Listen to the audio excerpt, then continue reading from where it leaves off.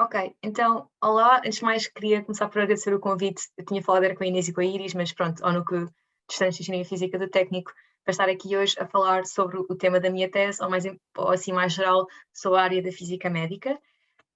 Antes de começarmos com o seminário propriamente dito, só queria fazer um pequeno disclaimer, que é, nós estamos cá no âmbito do Future Math Student Seminar, mas a verdade é que eu sou uma estudante de Engenharia Biomédica, ok? Portanto, estou aqui um bocado à pelintra, digamos, mas só assim, um long story short da minha vida académica e porque é que esta rapariga de Engenharia Biomédica está cá hoje numa de Engenharia Física.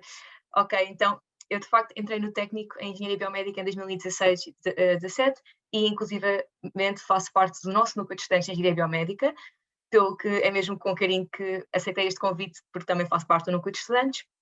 E pronto, e instalei então no técnico, fiz uma pequena pausa de vida de técnico para poder fazer Erasmus na Faculdade de Munique, e foi mesmo quando voltei de Erasmus, que portanto já estava em mestrado, que comecei a pensar, ok, estou em Engenharia Biomédica, mas acho que gostava de virar mais para a área da Física do meu curso. Okay, então, pronto, e quando voltei em mestrado, escolhi fazer duas cadeiras que são do percurso de Engenharia Física, uma delas, que é esta aqui que vocês veem, que é Tecnologia Nuclear e de Física de Partículas, foi uma cadeira que me deu assim um amiré a dizer como é que as partículas interagem com a matéria e como é que podemos tirar proveito disso, tanto para tratamento como para imagiologia.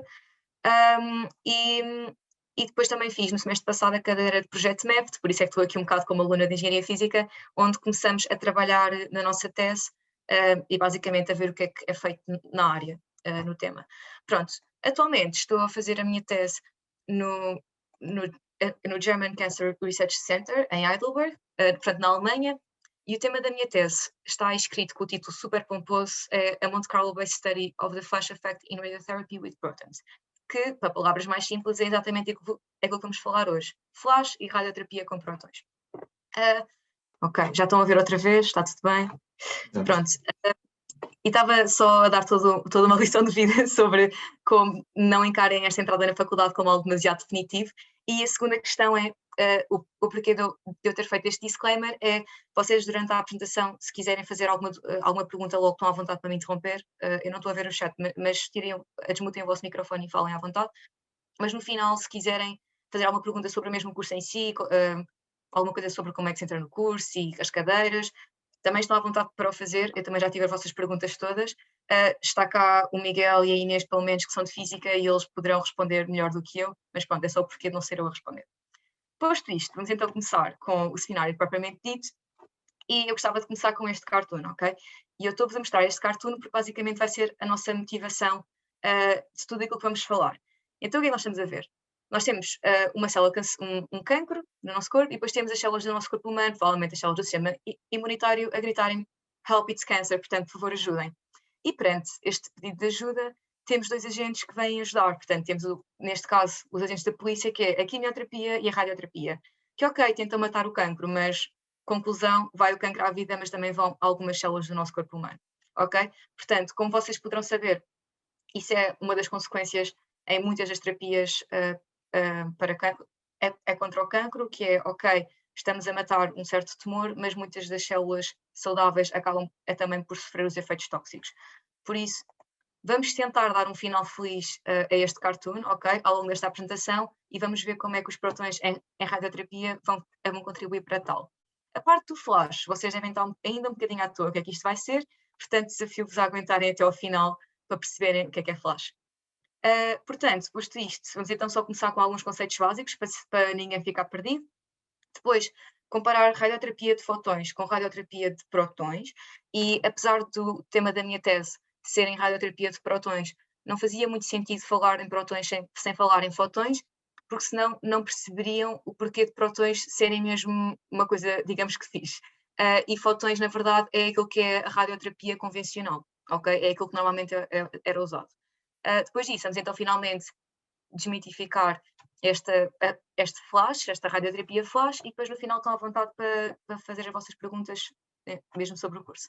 Ok, então, começando pelo início, vamos aqui situar um bocadinho o nosso problema, que é o problema do cancro, que é de facto aquilo que nós queremos tratar, e eu fui tirar esta citação ao site da World Health Organization, e eu não traduzi, eu deixei em inglês porque achei que estava meio estranho, Portanto, cancer is the second leading cause of death globally and is responsible for an estimated 9.6 million deaths in 2018. Globally, about 1 in 6 deaths is due to cancer. Portanto, todos sabemos a magnitude desta doença e a verdade é que nos últimos anos, com o envelhecimento da população, tem-se também vindo a ter um aumento da incidência de cancro. Só que também com os últimos anos nós temos vindo a assistir a um desenvolvimento super rápido e fantástico da tecnologia que tem permitido desenvolver não só ferramentas de diagnóstico que permitem um diagnóstico mais precoce, portanto, quanto mais cedo nós conseguimos fazer o diagnóstico, melhor ou mais facilmente vamos conseguir tratar, e por outro lado, também tem contribuído para que consigamos ter mais terapias e mais eficazes contra o cancro. Portanto, neste âmbito das terapias, gostava só de fazer aqui uma pausa para também ninguém adormecer já, e pedia-vos para ligarem o microfone e que me dissessem assim, quando pensam em terapias para cancro, que tipo de terapias é que vos ocorre? Limite todas a quimioterapia e depois a rádio. Rádio, ok, quimio, rádio, mais alguém?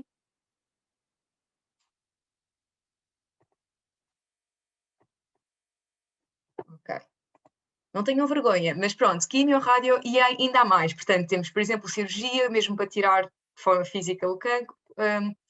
Há uma coisa que é a terapia direcionada, quimioterapia, radioterapia, imunoterapia, terapia hormonal, portanto, vários tipos de terapia, ainda há mais, e cada uma terá as suas vantagens, e a verdade é que muitas vezes um paciente acaba por ter como prescrição 2 terapias em conjunto. Por exemplo, é comum a radioterapia ter-se também a cirurgia e as duas tentam funcionar em conjunto para removermos o cancro, ok? Nós hoje, como já devem ter percebido, vamos focar-nos em radioterapia. E o que é isto da radioterapia? Eu sou a rapariga das citações e fui ao site do SNS 24, que agora está muito presente nas nossas vidas, e vi o que era a definição de radioterapia para eles. Portanto, radioterapia é um tipo de tratamento do cancro em que se utiliza radiação para destruir as células cancerígenas. Ok, pronto, temos esta definição, e agora, se a memória não me falha, vocês no 11º ano, ou pelo menos eu no 11º ano, acho que aprendi em Fisicoquímica o contexto de radiação. E aprendi que luz é radiação, luz visível. Portanto, segundo esta definição, se eu tiver uma fonte de radiação, vamos dizer luz, portanto, tenho uma lanterna que me dá luz, e apontar contra um cancro, tenho aqui o meu cérebro com um tumor, será que estou em contexto de radioterapia e está a funcionar? Pronto, obviamente que eu estou a levar a situação muito ao extremo, mas então, o que é a palavra-chave que está aqui a faltar? A palavra-chave é energia, e nós vamos falar muito disto hoje, portanto, não é qualquer tipo de radiação que vai estar a tratar o nosso cancro. Temos que ter radiação que é suficientemente energética. E vocês nas aulas de Fisicoquímica, espero eu, porque eu acho que era isso que se aprendia, devem ter falado de todo o espectro de energia da radiação e falaram, ok, temos a radiação visível, depois já um bocadinho mais energética do que a radiação visível, tem a radiação ultravioleta, e se continuarem a andar no espectro ainda mais energética do que a ultravioleta, têm, por exemplo, os raios-x. E são exatamente aqueles raios-x que usam para tirar fotos aos nossos ossos, mas também estes raios-x podem ser usados no contexto de radioterapia, portanto, para tratar um certo tecido. E qual é que é a diferença dos raios-x que nós usamos para tirar uma foto aos nossos ossos ou os raios-x que nos vão tratar? Mais uma vez, a palavra-chave é energia. Portanto, temos que ter, são raios-x ainda mais energéticos, que, portanto, são radiação ionizante, ok? Portanto, aqui, se eu tivesse que corrigir esta definição, eu diria radiação ionizante é a palavra-chave. Portanto, é radiação que é suficientemente energética para ionizar. E agora vocês pensam assim, ok, boa, e o que é isto, ionizar? Portanto, estamos a pensar, temos radiação, estamos a mandar radiação contra tecidos, vamos agora pensar na escala pequenina dos tecidos, portanto, vamos à escala atómica. E eu vou atirar radiação, e isto de ionizar é, vocês como sabem, nos átomos têm o núcleo e está rodeado de elétrons na órbita. Atenção, isto é só um esquema, não liguem muito ao número de elétrons que está em cada órbita. Desculpem, malta da física. Pronto. E depois a radiação vai ser suficientemente energética para empurrar o elétron dali para fora. Isto é o que é ionizar. E o facto deste elétron ir dali para fora é o que vai basicamente ser o nosso auxiliar aqui na radioterapia, ok? Portanto, tentem reter um bocadinho esta questão do eletrão, ok? Portanto, estamos a ver que a radiação na escala atómica tem que ser ionizante E quando ionizamos o meio, normalmente temos um átomo que está neutro, se o elétron vai à vida, então o nosso átomo até pode ficar positivo, certo? Pronto. Mas agora, como é que passamos desta escala atómica, portanto, de ionizar a matéria, para matar o nosso cancro? Porque assim até parece um bocado, ok, boa, o elétron vai à vida, mas como é que o cancro morre? Portanto, nós agora queremos pensar na célula, na escala da célula, vamos pensar no DNA, porque como vocês sabem, nós nas células temos núcleos e dentro dos núcleos temos o DNA, portanto, o nosso núcleo é quase como se fosse uma central de controle. E nós vamos interferir com o DNA e daí levar à destruição da célula cancerígena. Portanto, é como falar-se em dano biológico, e dentro do dano biológico há 2 tipos de dano biológico, ou seja, este dano à cadeia DNA, que é a ação direta e a ação indireta. Vamos agora tentar perceber isto um bocadinho melhor. Portanto, já vimos, vamos mandar a radiação contra a matéria, estamos agora na escala atómica, já vimos que a radiação é suficientemente energética para ionizar o meio, portanto o eletrão é libertado. Como é que daqui vamos então danificar a cadeia DNA? Se a ação for direta, este eletrão é quase como se fosse a minha própria tesoura. Portanto, ele vai lá e vai assinar um corte. Vocês estão aqui a ver a cadeia DNA é uma hélice, e ele vai dar aqui um corte num dos lados da cadeia. Se for suficientemente energético, até pode dar mesmo simultaneamente os 2 lados da cadeia, ok? E isso é o que se chama em inglês um double strand break do DNA. Pronto, isto é ação direta.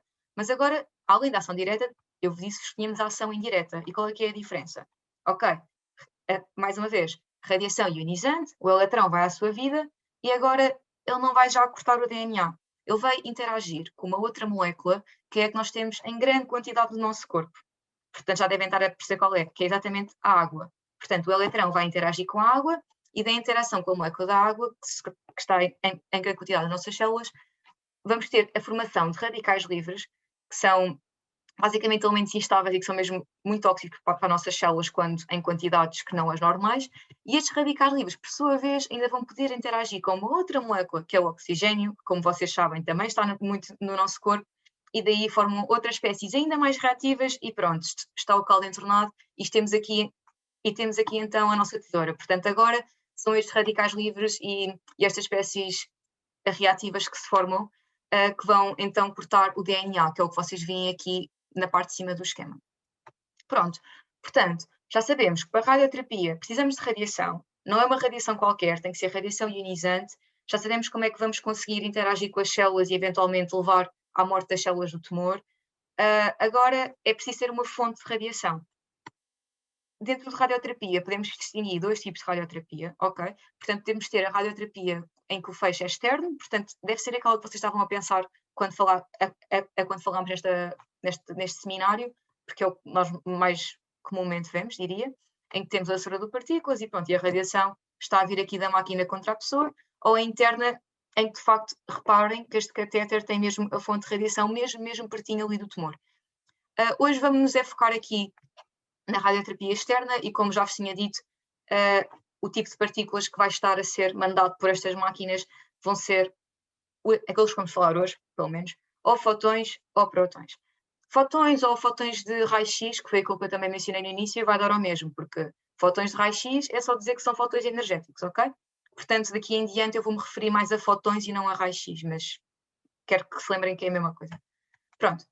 Só para acabar esta parte de conceitos introdutórios, só assim 2 definições que parecem meias soltas, mas gostava de mencionar só para depois ninguém ficar, o que é isto? Portanto, Gray, não sei se já uma vez ouviram falar, mas é basicamente a maneira de nós medirmos a quantidade de energia que vamos estar a depositar nos nossos tecidos. Portanto, vocês sabem, espero eu, que a unidade de energia normalmente é o joule, e temos isto é dividido pela unidade de massa, que é o quilograma, portanto, isso dá Gray. E então eu digo, quero tratar este tumor, e normalmente, por exemplo, para um tumor da pele, é comum a prescrição ser 60 Gray para o tumor da pele. Portanto, sabemos que vamos ter que conseguir ter uma dose total no final do tratamento de 60 Gray. Um outro aspecto que eu queria já realçar é, estes 60 Gray não são dados de uma vez, ok?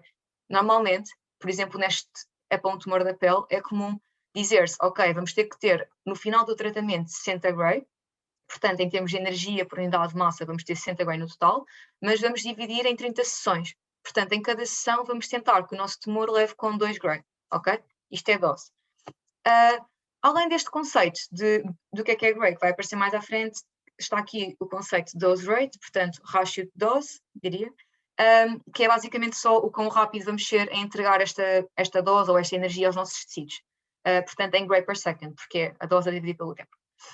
Ok, posto isto, vamos então passar ao nosso primeiro capítulo sério, da diferença entre radioterapia de fotões versus protões, mas antes de continuar, e porque eu sei que eu falo muito rápido, portanto queria só fazer aqui uma pausa para alguém ter alguma dúvida, alguma coisa que eu fui confusa, ou ainda estamos todos cá, estamos todos ainda acordados, está tudo ok? Ok, vou assumir o silêncio como um sim. Okay, e já agora perguntava, sim. Então, a ordem de grandeza habitual das doses é tipo na ordem do quê? Se divides por cada sessão são 2 grays, mais ou menos? Em termos de dose rate? Ou seja, há de ser nos micrograys per second ou dose rate? Eu vou deixar essa mais para o final porque quero que vocês estejam um bocado na ignorância e depois no final vão perceber, ok? Ok. Do que é que eu... e o porquê de eu querer deixar isso para o final. Mas, ok, pronto. Vamos então passar à diferença entre radioterapia de fotões versus protões, sendo que os protões é aquilo que eu agora estou a trabalhar na minha tese. E para percebermos a diferença, vou tentar responder a 3 questões, ok? Que é o quê, como e onde, ok? Portanto, vamos começar pelos fotões, que já vos disse que é código para fotões de raio-x. O que é que são fotões? Vocês, mais uma vez, se não me falha a memória, terão falado disso no 11º ano, e os fotões são estes pacotinhos de energia que são a unidade básica da radiação, digamos. São partículas sem massa, sem carga elétrica e viajam à velocidade da luz. E porquê é que é importante eu estar aqui a falar destas características? É porque, por causa das características dos fotões, eles vão interagir de uma certa maneira com a matéria. Portanto, quando eu mando um feixe de fotões, eles vão interagir de maneira diferente do que se eu mandasse um feixe de protões. O que me leva, então, à segunda pergunta, que é como? Como é que eles interagem? Estas são as 3 principais maneiras como os fotões interagem com a matéria e, portanto, o efeito fotoelétrico, o efeito de Compton e a produção de paz, ok? E agora, o que é que vai determinar se eu, quando mando um feixe de fotões, se vou ter mais efeito fotoelétrico, ou seja, se os meus fotões vão interagir com os átomozinhos, é mais devido ao efeito fotoelétrico, ou será que vai ser mais devido ao efeito de Compton? O que é que vai determinar qual deles é o mais predominante? É mesmo, mais uma vez, palavra-chave para esta apresentação, energia. Portanto, consoante a energia do feixe que eu mando, alguma das interações vai ser predominante. No caso da gama de energias usada em radioterapia, para feixe de fotões, aquele efeito que vai ser mais predominante aqui para nós vai ser o efeito de Compton. Portanto, vamos lá ver o que é isto, o efeito de Compton. Tem aqui um esquema assim, por alto do que é. Portanto, mais uma vez, radiação é mandada, temos aqui o nosso fotão, esta seta com uma curva, temos o nosso átomo, ele encontra um eletrão que está na orbitazinha e, ao bater contra ele, o eletrão vai levar um piparote e vai para longe, e ao mesmo tempo o próprio fotão em si também vai ser desviado, ok? E perde também energia. Vamos agora trocar isto para um desenho mais engraçado, que eu acho que foi o que me ensinaram e é o que eu gosto sempre de ver, um jogo de snooker. Portanto, o meu fotão é a bola número 6, vocês mandam a bola 6 contra a 3, e o que é que vai acontecer? Como é óbvio, vai cair uma para o seu lado, mas neste caso, reparem que a bola número 6, a que salta, já está um bocadinho mais escura, portanto perdeu a energia, ok? Agora, como é que nós passamos desta interação dos fotões com a matéria? Portanto, já vimos que a maneira como eles interagem em radioterapia, portanto, naquela gama de energias, é predominantemente por este efeito, o efeito Compton. Como é que eu passo disso para depositar energia na matéria? Portanto, como é que eu vou responder à pergunta onde? Onde é que a minha energia depositada vai ser máxima? Onde é que a minha dose vai ser máxima? Será que se eu mandar um feixe de fotões, vou ter a mesma quantidade de energia depositada ao longo de todo o tecido? Ou será que vai ser toda no início, mas depois no final já não tenho nada? Ou toda no final? Portanto, em radioterapia, uma curva que aparece muito é a curva que compara a dose, ao caminho que vamos percorrer no corpo, ou quem diz no corpo diz no tecido qualquer. Portanto, estão a ver aqui que temos a profundidade, portanto, depth, em função da dose que é depositada. E reparem que para os fotões, com base neste tipo de interações que é mais comum, a de Compton, isto é o aspecto típico da curva, ok? Esta curva pode estar um bocadinho mais para a frente ou um bocadinho mais para trás, em termos daquele pico, consoante a energia do feixe que nós temos. Reparem que aqui esta figura é em particular para um feixe com 6 MeV de energia. Pronto, então reparem o que é que vai acontecer.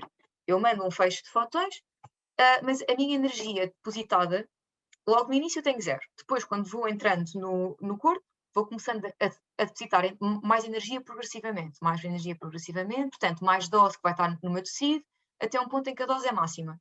Mas depois, não passo logo para 0.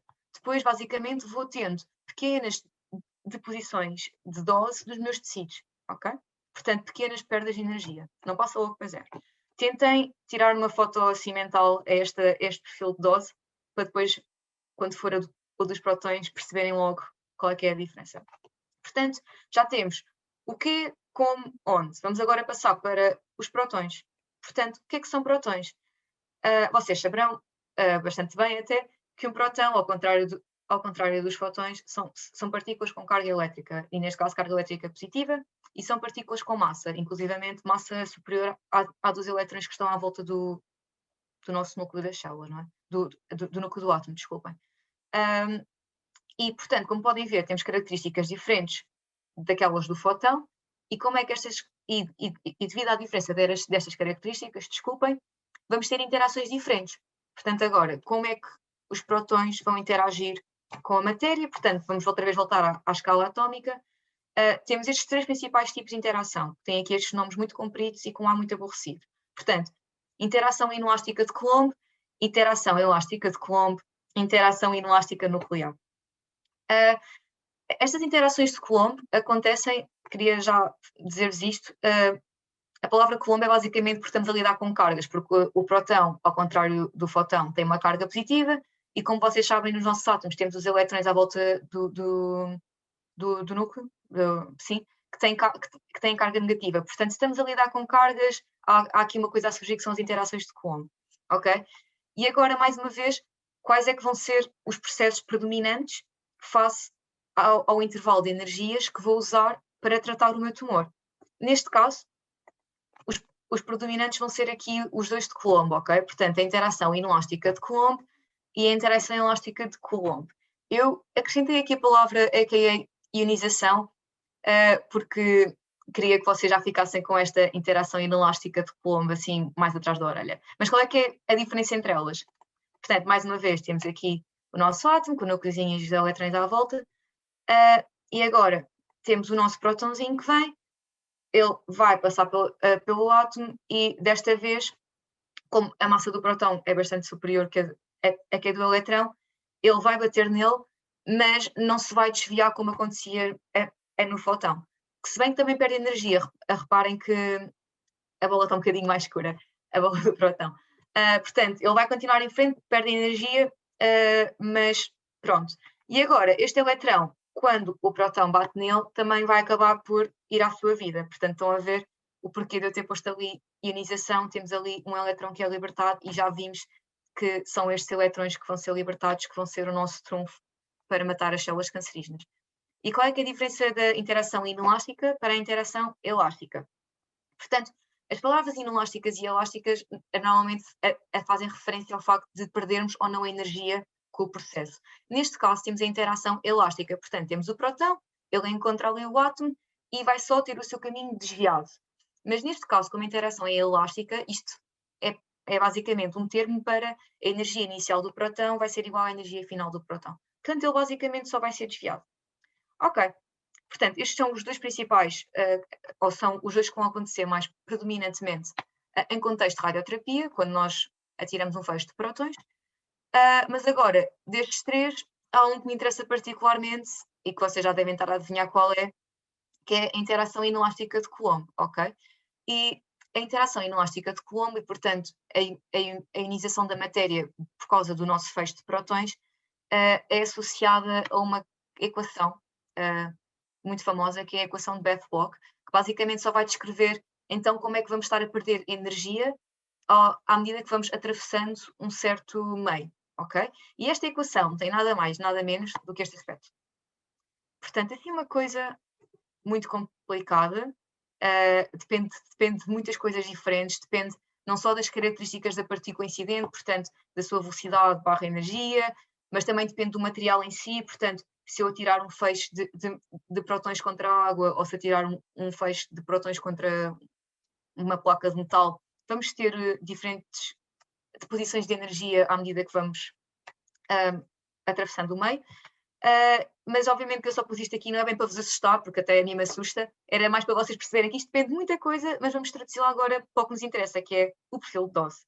Portanto, reparem que aquela equação, aliás, vai traduzir esta maneira de depositar energia na matéria. Agora, alguém ainda se lembra de como é que se depositava, de como é que era a curva da dose em função da profundidade para os fotões? Era parecida com esta? Ou há assim alguma coisa que já vos está a chamar a atenção?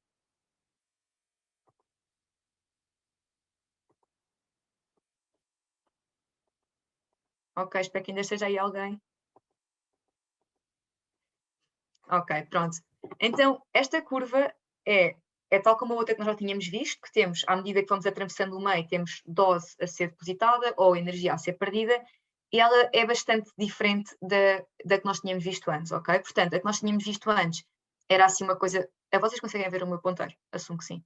Era assim uma coisa que depositava no início e depois descia, e aqui reparem como só no final é que temos a nossa dose máxima. Portanto, eu mando um feixe de prótons, os meus prótons vão sendo desacelerados à medida que vão atravessando o tecido e, sendo desacelerados, vão perdendo pequenas quantidades de energia. É tipo assim, quando metem uma pitada de sal, vão assim perdendo um bocadinho, e depois, mesmo antes de chegarem ao final, vão depositar a sua energia toda. E aí vamos ter a dose máxima. Portanto, reparem que a dose máxima vai ser num sítio super específico. E este pico, onde a energia depositada é máxima, chama-se Bragg Peak. É muito falado em radioterapia. Agora pensam queremos irradiar um tumor. Portanto, temos aqui um tumor gordinho. Se eu pusesse aqui o tumor debaixo desta curva, apenas uma pequena parte do tumor ia apanhar este máximo de dose, ok? Portanto, uma outra coisa que nós costumamos ter quando falamos em terapia com prótons é, além deste Bragg Peak, que é uma característica super característica de usar prótons, usamos aquilo que se chama Spread Out Bragg Peak. Então, o que é que isto é? Mais uma vez, tal como nós nos fotões, consoante as diferentes energias do feixe, aquela curva podia andar um bocadinho mais para a direita ou um bocadinho para a esquerda, aqui vejam cá em baixo estas curvas coloridas. Se eu tiver um feixe mais energético, a minha curva, ou o meu feixe de prótons, vai depositar a sua dose mais longe. Se eu tiver range, também é igual a depth, portanto, profundidade barra quanto é que estamos a atravessar no meio. Se eu tiver um feixe um bocadinho menos energético, já vou estar, o meu máximo de dose já vai ser depositado aqui neste 10. Então, nós para tirarmos proveito disto, em vez de usarmos um feixe só com uma energia, usamos várias energias para que tenhamos aqui esta soma, portanto, a soma disto tudo que vai originar este platô, portanto, este patamar. E assim já conseguimos que todo o nosso tumor fique debaixo da nossa dose máxima, daquela que nós queremos atingir, o tecido. Ok? Portanto, Bragg Peak, Spread Out Bragg Peak. Mas agora, já vimos as características, portanto, já vimos as duas curvas de dose para prótons e para fotões, porque é que elas são diferentes. Agora, será que prótons são realmente melhores? Portanto, uma das vantagens que nós já vimos, já falámos até, é, ok, nós com prótons, como conseguimos ter a nossa dose máxima neste ponto muito, muito específico, vamos conseguir estar a poupar os tecidos saudáveis que vão estar à volta, ok? Porque nós conseguimos dizer, imaginem que vocês querem mandar um balde de água e eu agora vou dizer, vou mandar um balde de água para o Miguel e dou logo as coordenadas dele. Isto é com prótons. Mas agora, em vez de eu dizer com as coordenadas, vou assumir que o Miguel está em Lisboa e vou mandar um balde de água para Lisboa, ok? Portanto, o balde de água para Lisboa são os fotões, o balde de água para as coordenadas do Miguel seria mais os prótons, portanto, super específico. E por outro lado, reparem aqui nesta diferença, que é esta questão da distância máxima. Nós com os os fotões, portanto, estes tais raios-x, que é o convencional, temos aqui a dose máxima, mas depois não passamos logo para zero.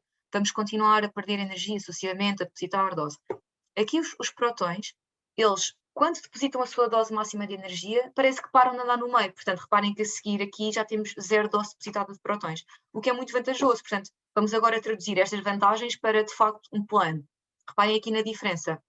Temos o nosso tumor, aqui a preto, e reparem na diferença de área que vai levar com dose, sendo que dose vermelha é maior dose e dose azul é menos dose. Reparem que aqui o vermelho com os prótons é muito menor, portanto vamos conseguir estar a poupar, somos bastante precisos, portanto conseguimos ainda estar ali a ir contra o nosso tumor, mas ao mesmo tempo estamos a poupar bastante os tecidos saudáveis que estão à volta. Portanto, ok, super vantajoso, missão bem sucedida.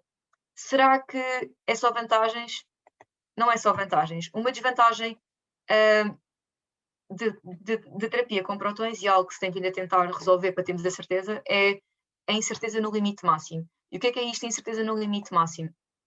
Como eu já vos tinha dito, consoante a energia do nosso feixe, vamos ter as curvas um bocadinho mais desviadas para a direita ou menos desviadas para a direita. E aqui nos fotões, reparem, faz de conta aqui que a zona do tumor é a vermelha. Se eu tiver este aqui, que é o menos energético, e eu acho que tem este beam, que é este feixe, que é um bocadinho menos energético, eu sei que no tumor vou ter aqui esta dose, portanto a curva mais inferior. Mas se eu por acaso tiver algum engano e na verdade tiver um feixe nadinha de nada mais energético, a dose vai ser um bocadinho maior, mas nada assim escandaloso. Agora reparem isto nos prótons, aqui é que notamos bem a diferença. Se eu tiver um feixe menos energético, eu sei que o meu pico de Bragg vai ser aqui, portanto vou ter o máximo de dose depositada aqui no meu tumor, portanto na área vermelha. Mas se por algum motivo o meu pico for um nadinha mais energético, reparem que o meu máximo de dose já vai estar fora do meu tumor. E imaginem que esta zona, em vez de ser só um tecido normal, ou por outra, além de ser só um tecido normal, é também um órgão de risco, que é aquilo que nós chamamos organ at risk. Portanto, isto de facto é uma situação, é uma desvantagem porque não temos 100% de certeza se estamos mesmo isto é 1 centímetro ou 1,5 centímetros. Será que o meu máximo vai ser neste centímetro ou naquele ali? Nós achamos que vai ser, mas não há certezas. E na questão dos prótons, essa incerteza traduz em resultados piores. Vamos agora a traduzir isto para a linguagem mais comum. Estou a descer as escadas. Tenho umas escadas dos fotões e as escadas dos prótons. Sabem quando estão a descer as escadas e falham e têm aquela sensação que vão falhar o degrau? Assim, nos fotões, vocês têm aquela sensação, é tipo, ai, quase, mas tipo, continuam a andar tranquilo, porque pronto, é só assim a minha degrau. Com os prótons a conversa já não é a mesma, vocês falham o degrau e é, ouch, porque vêm para cá abaixo porque é um degrau mesmo grande, ok? Portanto, é esta a principal diferença e o porquê da incerteza com os prótons ser mais grave do que a incerteza com fotões. Pronto, de todo modo, os prótons vêm aqui um bocado equilibrar a balança, que é uma balança que se fala muito em radioterapia, que é, ok, queremos controlar o nosso tumor, certo? Queremos matar as nossas células cancerígenas, mas ao mesmo tempo queremos evitar os efeitos tóxicos nas células saudáveis. Porque nós temos o tumor, mas um tumor não está assim vazio no espaço, tipo, assim no meio do nada. O tumor está sempre rodeado de tecidos e tecidos saudáveis e pode estar então com os tais órgãos que são órgãos de risco. Portanto, os prótons já vêm um bocadinho ajudar a equilibrar esta balança de matar o tumor, mas tentar que o dano não seja assim tão grave para as células que estão à volta. Contudo, é aqui que entra a radioterapia flash. Portanto, a radioterapia flash tem um potencial ainda maior para equilibrar esta balança. Portanto, vamos agora descobrir o que é radioterapia flash e eu não sei, vamos passar então para o segundo capítulo e importante. Queria só, mais uma vez, porque eu falo bastante rápido, fazer uma pausa. Alguém tem alguma dúvida? Está tudo ok? Estamos todos vivos. Ok, ótimo. Pronto. O que é isto da radioterapia flash? Radioterapia flash é basicamente um regime de radioterapia em que vamos entregar a nossa radiação muito, muito, muito rápido. Ou, por outras palavras, com uma dose rate super, super elevada, que até se chama ultra dose rate, ok? Portanto, o que é isto? Temos aqui a terapia convencional, que é basicamente o João de Educação Física, que acha que é bom porque ganha o quarta-mate. Boa, João, o João de Educação Física. Mas depois temos aqui a radioterapia flash, esta sim é mesmo rápida, rápida, rápida. E porquê que a questão de ser rápida aqui é bom? Não é só porque vai ganhar o quarta-mate primeiro, é porque vários estudos têm mostrado aquilo que chamamos o efeito flash. E o efeito flash, na verdade, traduz que nós, quando atiramos radiação com estes dose rates muito elevados, portanto, o flash, além de estarmos a remover o nosso tumor de forma efetiva, estamos a poupar as células saudáveis que estão à volta. Portanto, reparem neste desenho. Nós mesmo com prótons, se mandarmos com um dose rate, portanto, com uma velocidade normal, ou seja, convencional, ok, que conseguimos, se for com prótons, já conseguimos estar mais localizados na zona que queremos, mas ao mesmo tempo, reparem como há sempre células saudáveis que acabam por morrer também, porque estão ali mesmo pertinho e é muito complicado. A radioterapia flash, vários estudos têm sido feitos que têm mostrado exatamente que vocês conseguem só ali a matar as células cancerígenas. Portanto, isto é super bom para equilibrar a tal balança que eu vos falei. O conceito de radioterapia flash é uma coisa bastante recente, ok? Portanto, já se falava em dose rates, acho que em 1940, se não me falha a data, devia ter confirmado, mas o primeiro estudo em que se fala em radioterapia flash é de 2014, ok? E em que se fala deste efeito flash que eu acabei de vos mostrar. Portanto, é uma coisa mesmo super recente e eu trouxe-vos aqui só 3 estudos para vocês verem. Por exemplo, este é o estudo comum de quem começa a estudar a radioterapia flash, é ser apresentado este estudo, que foi um estudo feito em ratinhos, tínhamos ratinhos vivos e foram irradiados com dose, e foram irradiados, desculpem, a um ritmo flash, portanto a um ritmo super, super rápido. Estão aqui a ver dose rates maiores que 100 gray por segundo, e depois tinha os ratinhos que foram irradiados no dose rate convencional, ok? E eles repararam que naqueles ratinhos que foram irradiados em flash, portanto com dose rate muito elevado, que a memória deles era preservada face aos outros em que eles perdiam a memória, ok? Um outro estudo também muito comum de se mostrar é este aqui de Vosny, em que trataram um tumor da pele, neste caso do nariz de gatos. Reparem mais uma vez, tratados com dose rates muito elevadas, aí estamos a ver o número de 300 squares por segundo, e reparou-se que de facto houve uma remoção eficaz do tumor, e era um tumor no nariz, como podem ver aí, passados 14 meses, sem efeitos tóxicos. Finalmente, isto é uma coisa super recente, como eu já disse, umas 3 vezes desde que comecei a falar de flash, mas já foi feito um estudo numa pessoa, ok? Portanto, irradiou-se um senhor com 75 anos que tinha um tumor na pele, e estão a ver aí que passados 5 meses houve um controlo eficaz do tumor. E este senhor já tinha sido alvo de outros tratamentos de radioterapia antes, ok? Portanto, com terapias convencionais. Portanto, estes estudos apontam todos para, ok, estamos a conseguir remover o tumor sem ter efeitos tóxicos. Agora reparem mais uma vez nas datas, 2017, 2018 e 2019. Destes estudos todos que foram feitos, já sabemos que se irradiarmos com um dose rate muito elevado, portanto, muito rapidamente, que vamos ter este efeito flash, portanto, este efeito protetor das células que são saudáveis. Mas será que isto chega?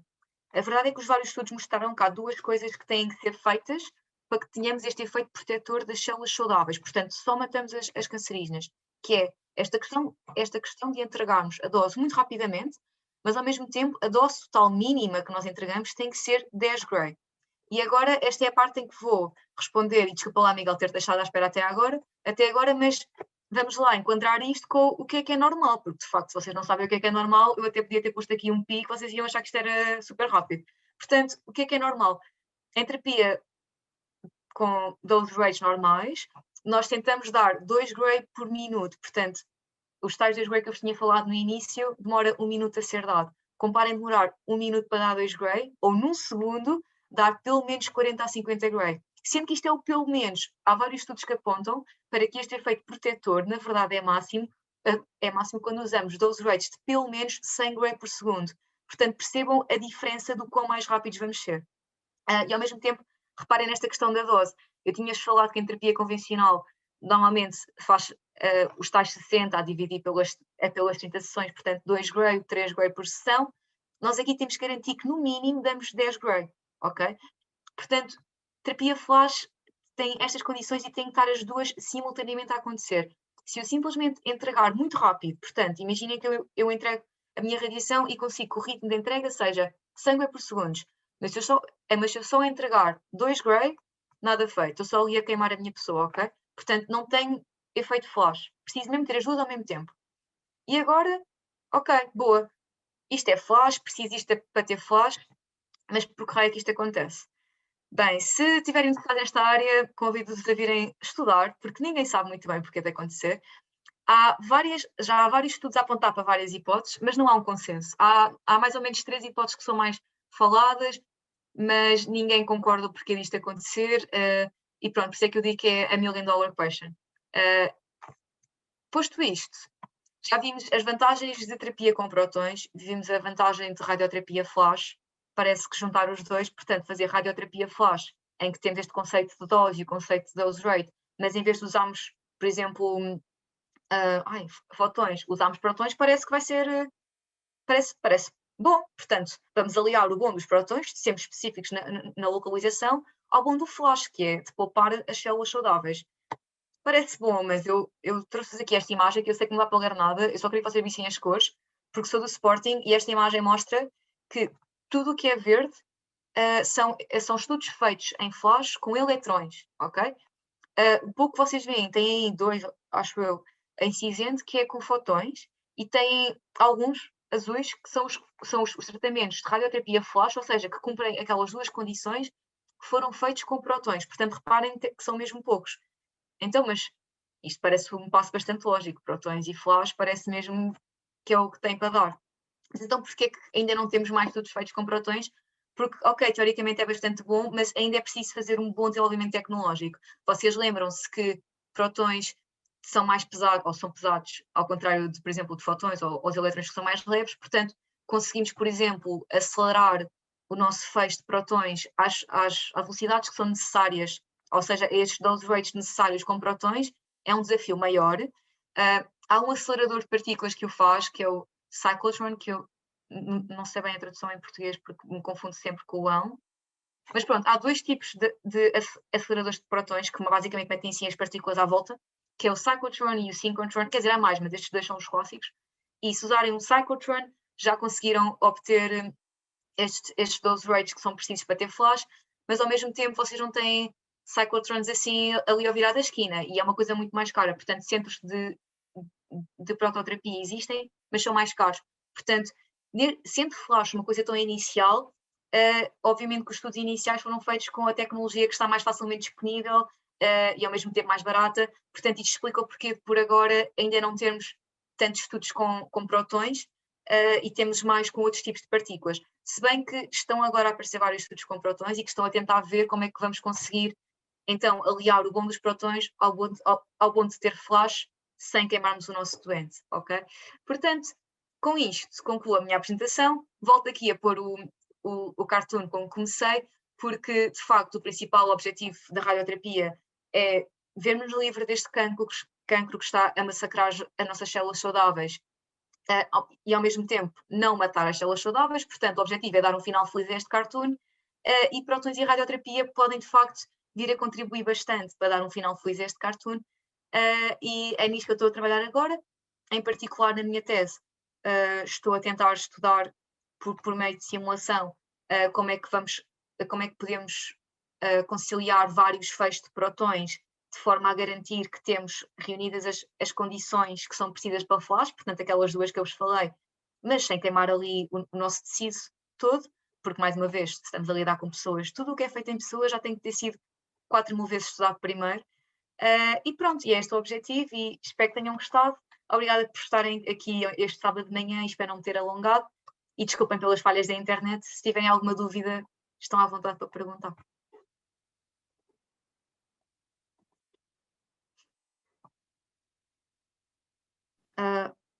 Calma, eu não percebo muito disto, mas estou... Lara, estás com a mão no ar, desculpa. Exato.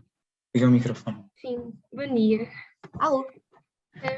Não sei se vai muito ao encontro do tema desta sessão, mas eu gostava de saber quais é que são as saídas profissionais para trabalhar em radioterapia e onde e como é que é o dia-a-dia de um profissional desta área. Não sei se me consegue responder, mas alguma ideia? Pois eu também tenho... Sim, eu posso dizer aquilo que tenho vindo a descobrir, porque também tinha essa dúvida até um passado bastante recente, mas, por exemplo, podes ir para a área de investigação, que é a tal coisa de perceberes como é que vais conseguir fazer, porque imagina, antes de de tratar um paciente tem que ser feito um plano. E estes planos dão mesmo muito trabalho, porque, como vocês viram, por exemplo, para os protões, a maneira como a dose é depositada depende não só do feixe em si, como do tecido que está a ser atravessado. Portanto, cada paciente vai ter o seu plano específico. Portanto, pode estar na parte de tentar desenvolver, por exemplo, agora neste contexto do flash, ver investigação mesmo, ver como é que vamos fazer com que isto funcione. Portanto, pode estar nesta parte de investigação, que vou-te ser sincera, que o que eu estou a fazer agora é no computador. É estar o dia todo, olhar para um computador e a ver se isto pode vir a funcionar ou não. Uma outra área da radioterapia que pessoas de física podem seguir já tem a ver com a parte de conseguir desenvolver a tecnologia. Portanto, aquilo que eu vos falei, que neste momento com protões, para acelerar as partículas, se usam cyclotrons, há pessoas que trabalham em tentar melhorar estes aceleradores de partículas, ok? Aliás, a Inês e o Miguel saberão melhor que eu que isto é uma área da física, é andar a brincar com isto, com os detectores de partículas, até porque há muita coisa que pode ser feita e acredito que que a vida dessas pessoas seja um bocado mais experimental, ou seja, menos estar ali no computador a tentar ver e a estudar, mas também a estudar, mas mais experimental.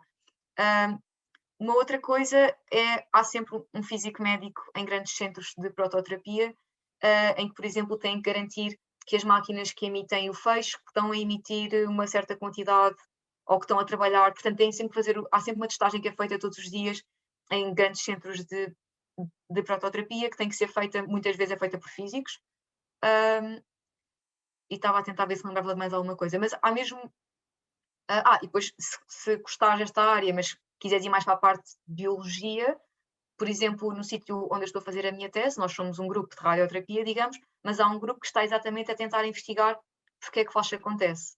Quer dizer, eles agora libertaram um artigo que, na verdade, ok, flash não acontece por isto, mas também é bom, porque saber o porquê de não acontecer já é meio caminho andado para saber o porquê de acontecer.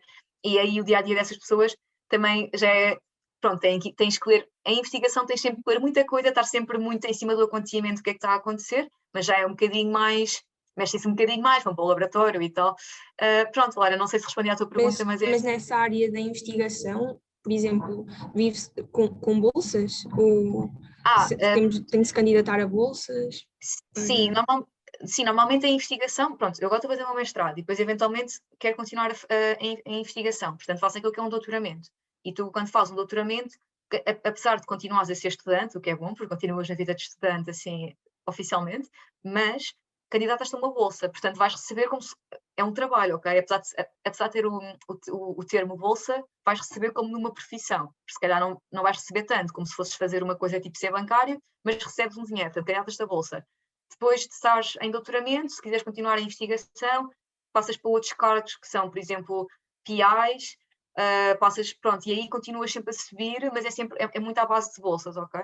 Portanto, de candidatares como é que se chama? Não é ajudem-me. Não é fundamentos, mas como é que se chama? Tipo, a FCT dá dinheiro, incentivos para que a investigação seja feita. Mas tens um salário fixo, ok? Não é assim, ok, se tiver um resultado amanhã vou receber 100 mil euros, se não tiver, vou ficar pobre, eu vou ficar sem poder comer porque não tenho nada. Não, tens um salário mensal, obviamente pessoas mais reconhecidas poderão ser chamadas para mais coisas, portanto daí vem mais dinheiro, mas há um salário mensal também para pessoas que fazem investigação. E como é que se prevê o futuro desta área no nosso país? Quais é que são as previsões? Se é uma área que promete um crescimento ou não? Sim. Olha, a radioterapia em Portugal por agora estava um bocadinho atrasada, digamos, mas está agora a ser feito um grande investimento, até em parceria do sítio onde eu estou com o LIP, que é o Laboratório de Instrumentação de Partículas. Pronto, e isto também vai ser feito um grande investimento para que se possa também começar a fazer investigação mais a sério também nesta área em Portugal. Se bem que já é feita muita coisa, atenção. Mas sim, acho que vai ficar... Em breve vamos ter mais pessoas desta área, porque é uma área que ainda tem muito pouca gente em Portugal a trabalhar, especializada. Sim, obrigada. Nada, Laura, obrigada pelas suas perguntas. E acrescentando, há uma grande proximidade entre o técnico e o LIP. O LIP é um grupo que reúne várias universidades, nomeadamente o técnico, a Universidade do Minho, de Coimbra, mas o grupo do LIP do técnico é bastante grande até. Se ninguém tiver uma dúvida assim Já, eu se calhar punha um que tu disseste que um dos problemas da terapia com protões era não termos a certeza onde é que estávamos a incidir com o feixe. Mas isso é um bocado de confusão porque na terapia com fotões nós basicamente estamos a incidir numa grande amplitude de profundidade. Ou seja, ok, no outro não sabemos exatamente se estamos a incidir aqui um bocadinho ao lado, mas com fotões estamos a incidir em todo o lado, portanto. Ou não? Ou eu estou a ver alguma coisa errada? Sim, é isso. Sim, tu com fotões, mas tu quando fazes os planeamentos, imagina, tu normalmente quando fazes planeamentos não usas só um feixe. Já vão estar aí. Faz aquele alongamento. Sim, mas e não é só, tipo, imagina, além de vais ter um feixe a mandar daqui e vais ter outro feixe a mandar. Ai, desculpem, isto me faz espelho, ainda estou confusa. Faz tipo assim. Então, quando faz o planeamento com fotões, pronto, há todo um modelo de otimização que depois no final te vai mostrar a imagem bonita, mas já é feito de forma que tu sabes como é que eles se comportam e vais saber, ok, se ele vai continuar a depositar energia ao longo do seu caminho, essa parte não há volta a dar, mas a energia com que tu dás o feixe de fotões já é de certa forma em que vais ter sempre já mínima energia, porque sabes que o máximo é logo no início, portanto vais pôr os teus feixes de uma certa forma em que sabes que o máximo vai estar sempre ali à volta do teu tumor. E depois, ok, o resto vai tudo ter dose, mas é muito menos. Agora, a diferença com os protões é que os protões, vocês viram que a dose é máxima no final. Portanto, tu estás a fazer um certo planeamento. Ele vai planear para ter o máximo, mas é que é mesmo o máximo ali no teu órgão. Agora, no teu tumor. Agora imagina que aqui tens o teu tumor, mas que aqui já tens uma coisa que é super sensível. Então, basta andar um bocadinho para o feixe que estava antes, vinha só até ao tumor, agora anda um bocadinho para aqui e a diferença vai ser mesmo radical, vai ser passar do máximo, do que era antes o mínimo, desculpem, para zero, para mesmo o máximo. E o teu algoritmo de planeamento dizia-te, não, tu ali não vais ter radiação nenhuma. E se ele faz isto, depois acaba por ser um efeito cumulativo de teres vários feixes. Não sei se me estou a fazer entender. Okay. Mas é que passas mesmo de muito para nada. Enquanto que no outro, depois também não vais estar a lidar com doses tão grandes, porque o algoritmo em si, quando faz depois o planeamento para várias zonas, já vai assim fazer, é como se ficasse mais espalhado, tipo mais blurred na zona do tumor, e depois o resto vai ficando com doses muito, muito pequeninas. Por isso é que a tal questão da incerteza vai acabar. Se tu sabes que vais ter assim uma mancha por cima do teu tumor, depois, se em vez de ser por cima do teu tumor, se em vez de ser uma certa energia já for uma mais pequenina, ele vai tipo desviar, mas é assim uma coisa muito pequenina, porque a diferença em si é tipo, ok, vou estar a depositar 10 gray, mas agora por causa destes shifts, em vez de 10 gray vai ser tipo 9 e qualquer coisa. Enquanto que o outro não, é 10 gray e depois do nada, tipo, 0 gray. E depois afinal já não é 0, é 10. E é tal coisa. Isto só com feixe pode não ser tão claro, mas quando nós temos várias zonas a vir, é que se torna mais claro. Okay. Porque variações bruscas, Sim, exatamente, são variações bruscas que tu não permitiste, e até um dos avanços tecnológicos que se tem vindo a tentar ver é arranjarmos maneira de garantir que sabemos onde é que estamos a entregar, portanto temos métodos de imagem ou de detecção que nos permitam até perceber se temos a certeza que estamos a entregar a radiação no sítio que achamos que vamos entregar. Portanto, isto também é uma área de radioterapia para quem estiver interessado, portanto há mesmo muita coisa.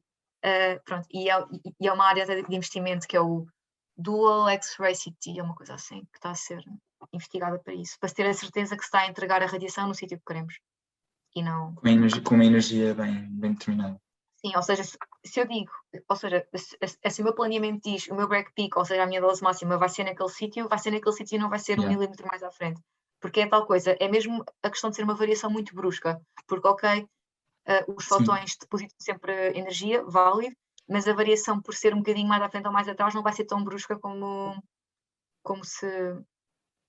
nos prótons. Ok.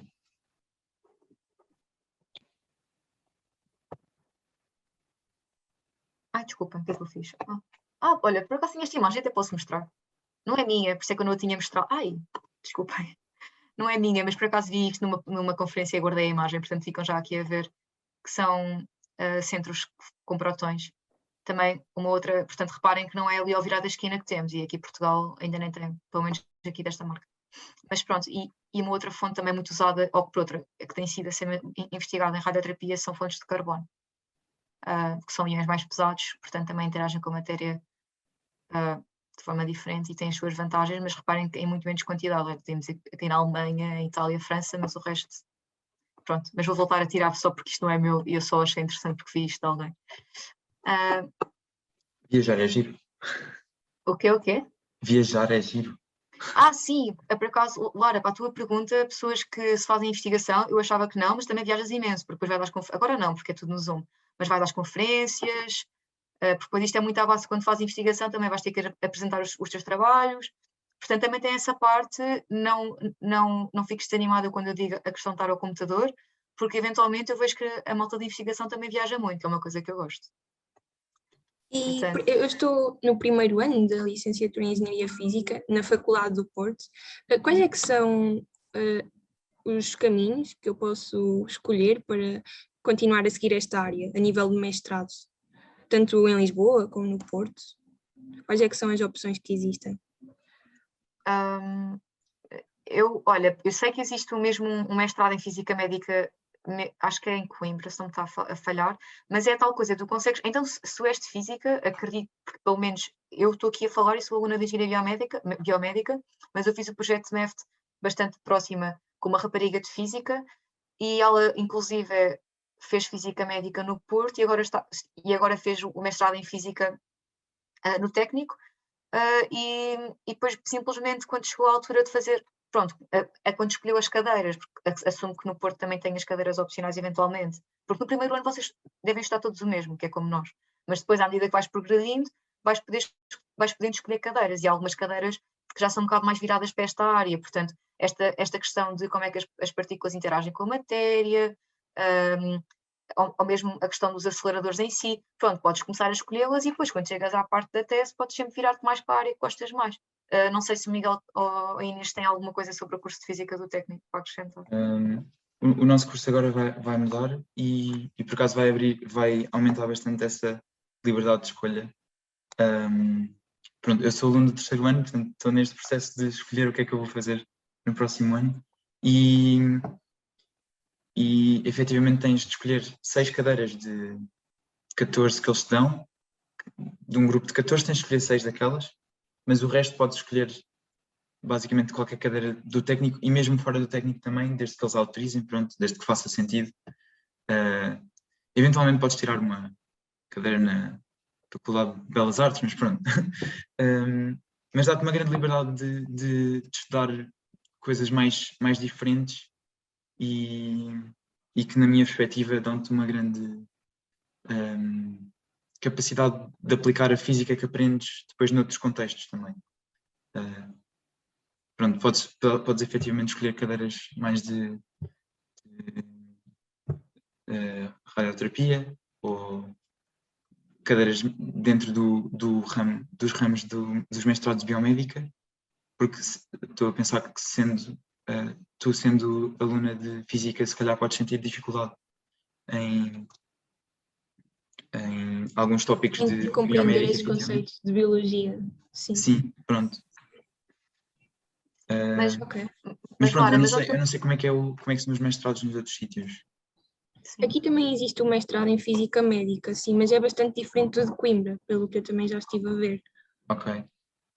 No técnico não conheço. Okay.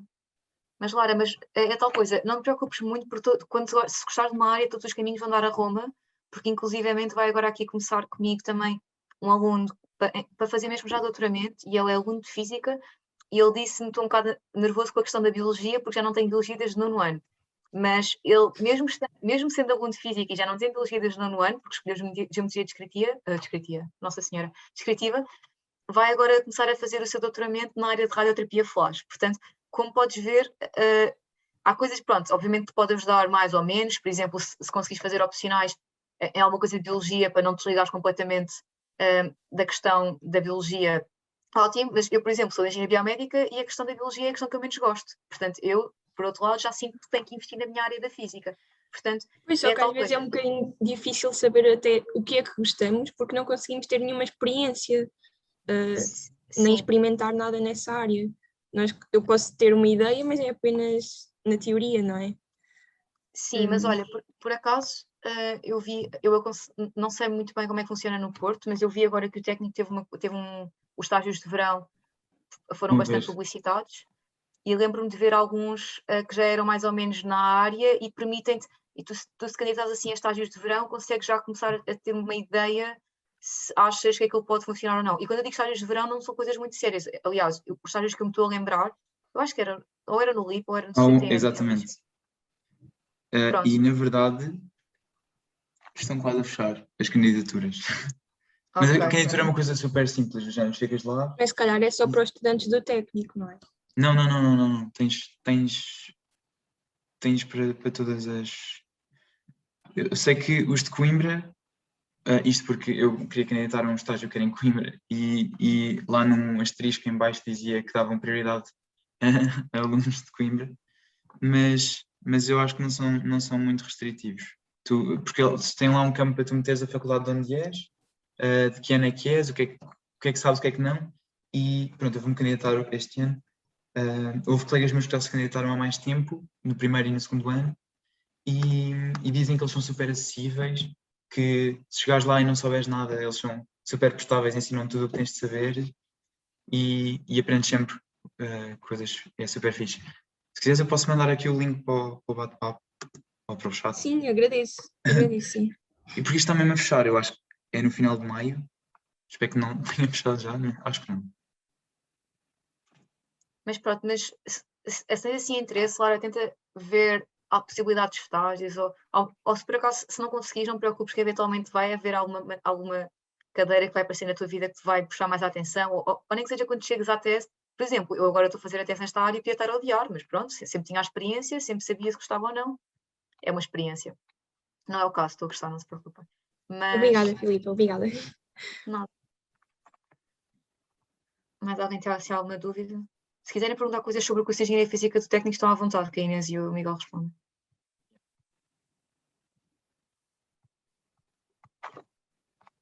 Nenhuma pergunta? Agradecemos a todos por terem estado presentes nesta primeira edição dos Future Maths and Seminars. Obrigado, Filipe, pela apresentação. Eu, pelo menos, aprendi imenso. Pronto, não sabia mesmo nada desta área. E obrigado por teres abraçado esta ideia. Nada. Obrigada a todos por terem vindo também. E pronto, malta. Fiquem atentos às nossas atividades também nas redes sociais.